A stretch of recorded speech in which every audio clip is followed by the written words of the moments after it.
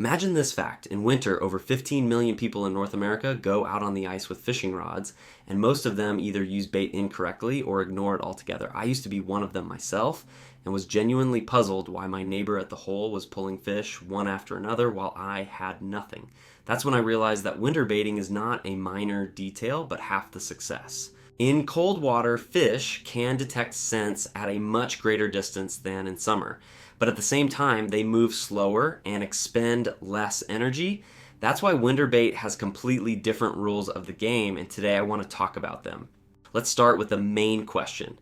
Why use bait at all in winter? Many American anglers believe that a jig or live bait is enough, and the fish will come on their own. But the truth is, bait doesn't just attract fish, it keeps them under the hole. In winter, fish rarely actively search for food. They stay in certain zones and react only to what seems easily accessible. Bait creates exactly that illusion of safe and easy food. The first type of bait I want to discuss is commercial dry mixes, specially designed for ice fishing. In the US, they are very popular and sold in almost every fishing shop. I started with them myself. The main advantage of these mixes is consistency. Manufacturers test them under different conditions and for different types of fish. Panfish, walleye, perch, crappie. You open the package, add water, and it's ready.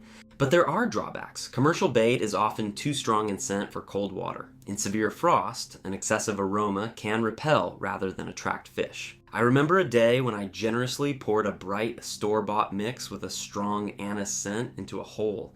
The first 10 minutes had a few bites and then complete silence. The fish simply left. The second popular type is natural bait based on live components. In the US, this is usually chopped minnows, waxworms, or maggots. Experienced ice fishers often use this option. The main advantage of live bait is its naturalness. Fish do not sense a trick because it is the same food they eat daily. In cold water, this is crucial. But there are disadvantages. Live bait freezes quickly, is difficult to store, and requires constant monitoring. Additionally, some states have restrictions on the use of live fish. I've often faced situations where I left a container of maggots in the car and it turned into an ice block. Moments like that make you realize that there's no universal solution, but when done right, the results are impressive. The third type is homemade mixes, which anglers prepare themselves. In the US, this is a real tradition, especially among older anglers. Everyone has a secret recipe. I make a simple mix from breadcrumbs, crushed aquarium fish food, and a little chopped worms. It has no strong scent, but creates a cloud. Often, the cloud works better than the aroma. The advantage of homemade bait is control. You know exactly what's in it and how it will behave in the water. Plus, it's cheaper. The drawback is obvious. Experimentation is required. Not every beginner is ready to spend time on trial and error, but it's precisely through these mistakes that you understand the fish. It's also worth mentioning microbait, tiny particles that sink slowly in the water. In America, it's often used for crappie and bluegill. I call it a winter magnet. The advantage is that fish stay in the fishing zone for a long time. They don't get full, but are curious. This is ideal for sport fishing. The downside, or if overdone, you can overfeed the hole. The fish become passive and stop responding to the hook. In winter, less is almost always more. Another interesting type is odorless bait, which works only visually. In cold, clear water, this is sometimes the only option. I've often fished on clear, frosty days when any scent would ruin the bite. This bait creates only a visual effect. Tiny particles moving slowly, fish come to investigate, and then everything depends on your lure. It's a subtle but highly effective strategy.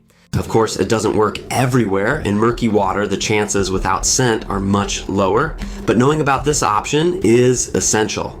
It's important to understand that baiting is not a one-time action. I never pour everything at once. I work in small portions, observing the fish's reaction. Another mistake I see constantly is using summer bait in winter. It's heavy, nutritious, and fills the fish quickly.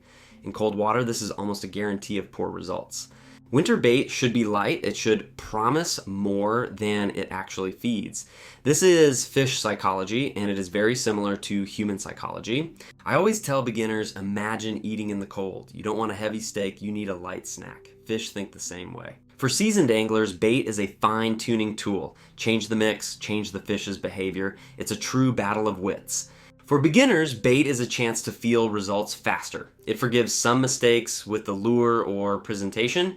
That's why I recommend not ignoring it from day one. Ultimately, winter fishing in America is not just about the catch. It's about silence, ice, coffee from a thermos, and the moment when the tip finally twitches. Bait just helps that moment come faster. I've tried dozens of options and am still learning. Every body of water, every day, and every frost is different.